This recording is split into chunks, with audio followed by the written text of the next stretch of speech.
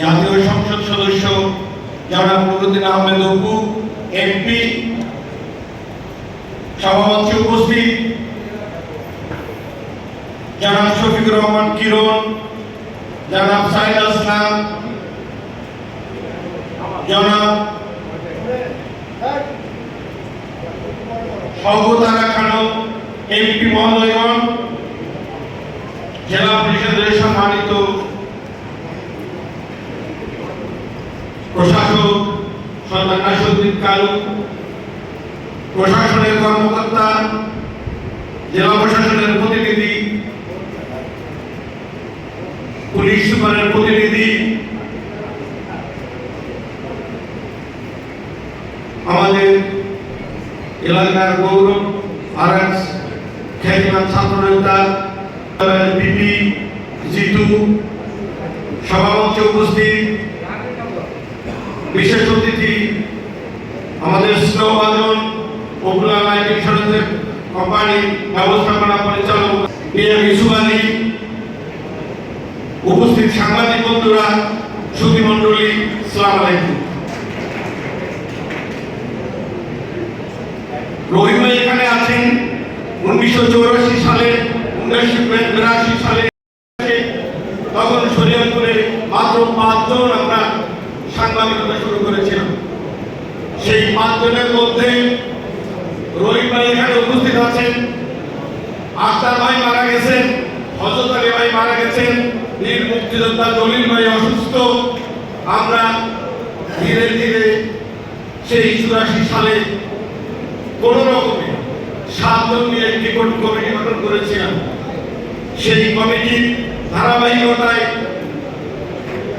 1984 সালে একটি কমিটি গঠিত হয়েছিল। সেই কমিটির প্রথম সভাপতি ডেইলি উইকলি ইলিশগার্ডের উইকলি তৎকালীন অ্যাসোসিয়েট এডিটর আব্দুর রহিম, তিনি ঢাকাতেই থাকতেন। তাকে নিয়ে আমরা শরীয়তপুর প্রেস ক্লাবে যাত্রা শুরু করেছিলাম। আমাদের সেই যাত্রায় এবছর এই নির্বাচনে এসে আমরা দেখেছি আমাদের 99 জন সদস্য ভোটার হয়েছেন এবং ভোটার বহির্ভূত ছিলেন প্রায় 100, যারা অপেক্ষামান ছিলেন।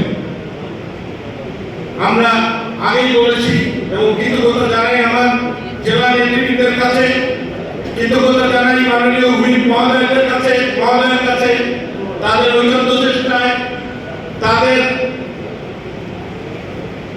আগ্রহে একটি অবাধ, সুষ্ঠু ও নিরপেক্ষ নির্বাচন অনুষ্ঠিত হয়েছে। এই নির্বাচন বাংলাদেশ আওয়ামী লীগের সাধারণ সম্পাদক ইত্তেফাকের প্রতিনিধি জনাব অনন্ত কুমার দে নিজে এসে তার ভোটাধিকার প্রয়োগ করেছেন।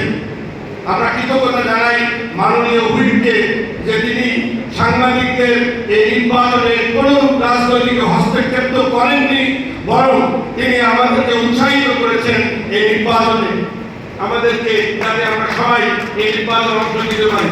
তার কাছে কৃতজ্ঞতা জানাই, কারণ একটি আমরা সবাই জানি বাংলাদেশের বিচার বিভাগ আমাদের সংবিধানের সংরক্ষক, ঠিক তেমনি আমাদের সাংবাদিকরা হচ্ছে বাংলাদেশের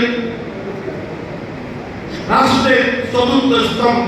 তাকে স্বাধীনভাবে তার পেশার দায়িত্ব পালন করতে দিতে হবে। অবাধ তথ্য প্রবাহ দেশকে একটি উন্নয়নের দিকে নিয়ে যাবে এবং এই জন্য শহীদ প্রেসিডেন্ট জিয়ার হাত ধরে একটা বাংলাদেশি জাতীয়তাবাদী রাজনীতিতে এসেছিলাম। আমি বিশ্বাস করি স্বনির্ভর বাংলাদেশ করতে অবাধ তথ্য প্রবাহের কোনো বিকল্প নেই। আমি কৃতজ্ঞতা জানাই এখানে উপস্থিত সকল নেতৃবৃন্দ এবং সাংবাদিক বন্ধুদের যে আমাদের এই ধারা যেন অব্যাহত থাকে।